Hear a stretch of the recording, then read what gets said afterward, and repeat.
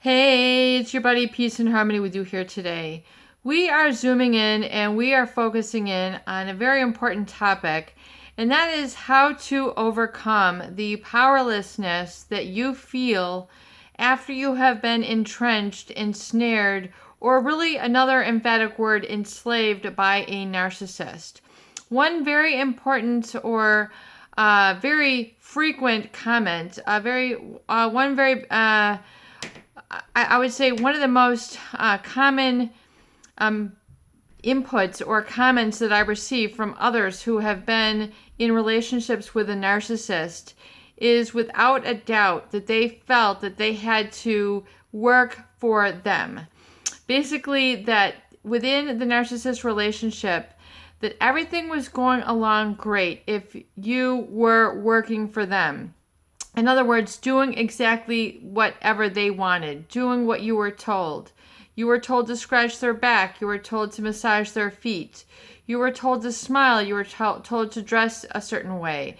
You were told to put your hair a certain way. You were told to drive a certain car. You were told to smile a specific way. You were told not to do this. And the narcissist is very good at giving commands.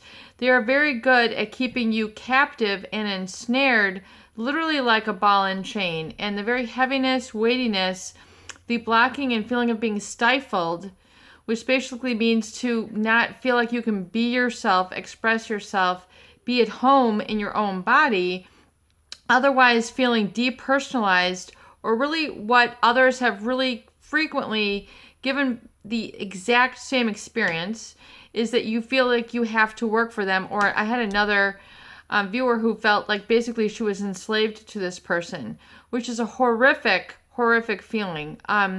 It's very, very sad to feel that you have had to be feeling so powerless, which is so far from the truth, so far from your reality, so far from your human existence, perhaps that you had been, led along a path with this individual, which basically had put you at a state where you are rendered helpless, where you are rendered resourceless, where you are rendered friendless or without a support network. And, basically at the end of your rope, what we call, the rock bottom, basically, the rocky cliff, basically where you're feeling like you're just holding on to the precipice and you're not knowing where to go. And if you let go, basically, reformat your life, that basically you're just going to fall into the depths of your despair or to fall to your death. Basically, it's a very scary feeling to be at that place. And I'm here to tell you that you can do it.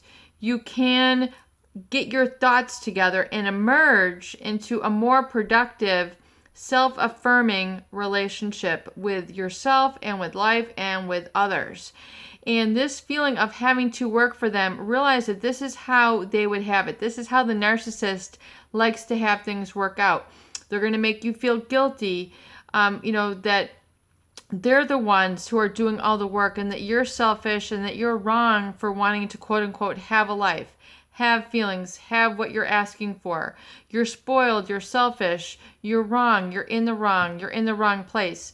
Basically, they're going to tell you these messages. So again, because of lack of empathy, you're just expected by these individuals to abandon your thoughts, your feelings, your comfort level, and feel so really afraid, terrified, and just that they're almost like a mad rabid dog that's about to bite.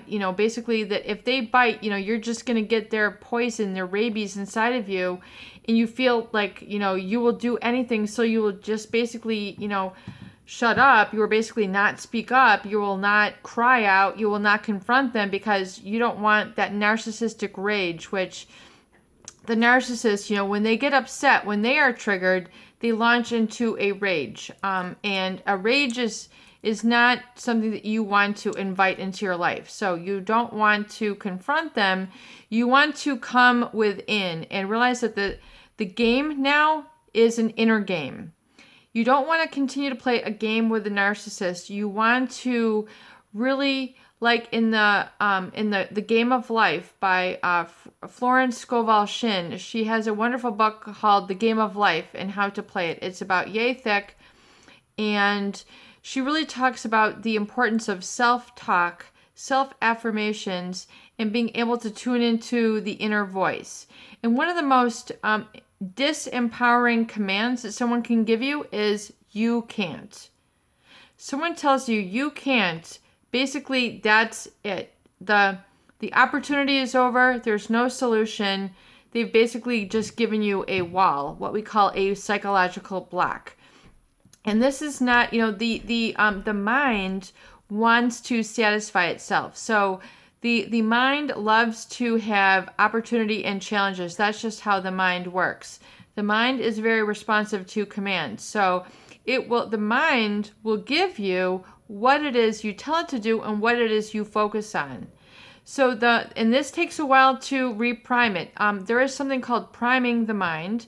They don't teach you this always in school. Maybe it's just an automatic situation, but your mind will gravitate and resonate according to the images and the sounds and the messages that you surround yourself with.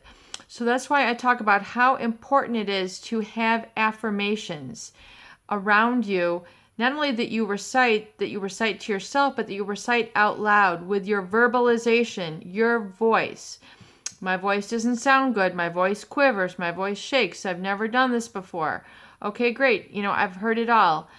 You need to speak your desired reality into being, because this will resonate, and this carries a message down into the body, down into the DNA, down into the cells, and furthermore out into life, which is now going to be pulling these very realities into your life and into your presence.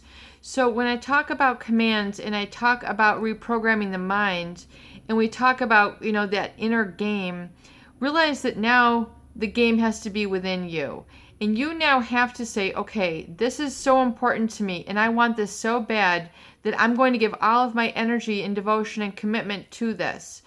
And so when you are feeling like your life is nothing but to work for this narcissist or to be kept down and ensnared and basically that criticism for having your own life is wrought with guilt and feeling selfish, realize that you need to now come to a state, even if it's going outside and speaking your affirmations, writing them down, getting index cards. You can go and get a pack of index cards, 3x5 cards, and write your affirmations out. You can write them out 100 times, and you can flip through them 3 times a day and give your mind the soaking in these commands to your subconscious mind, because your mind will now then begin to gravitate and focus in on those commands with which you give it. So if you keep gravitating and are commanding yourself, I am worthless, I am nothing, I have no chance, I can't, then you're going to be stuck in that, and you're going to find more opportunities that you can't do, can't have, are to be depressed, and your mind is just going to fill up the reservoir. It's going to fill up that pool. It's going to fill up the well with all those with which you focus on.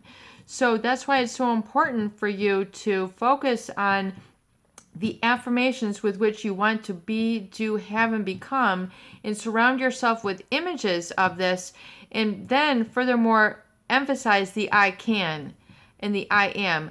I can follow my dreams. I can live in the solution. I can make friends with others who support me. I can find a positive support network. I can make money and take my life to the next level. I can move. I can become healthy. I can improve my life. I am improving my life. And you need to change basically this self-talk.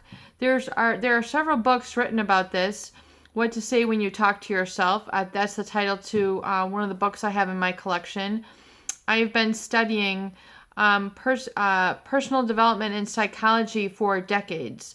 So I know a lot of people say, where do you get this knowledge? It's because I've studied this in college, at the college level.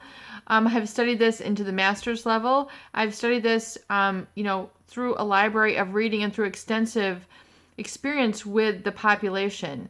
And so this is something that I have made an emphasis within my life. And and drawing from a number of different disciplines, which basically are pulling this all together. So I would encourage you to eradicate from your vocabulary impossible.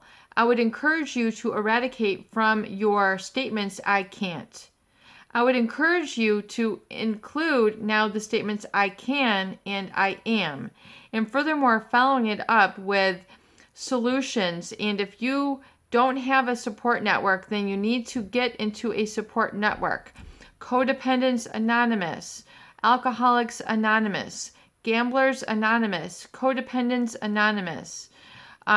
They have, listening and connecting through YouTube, through getting your tools and resources together, getting on job boards, finding what's in your community where you can, go and, there's all sorts of opportunities where you could get out. There's other organizations which can help you, who can support you if you're suffering from domestic violence, domestic emotional abuse. There are resources and organizations out there who can help you. And when it gets right down to it, you need to make a choice and you need to take action. And when you come to the rock bottom, basically it's saying enough is enough. I deserve better.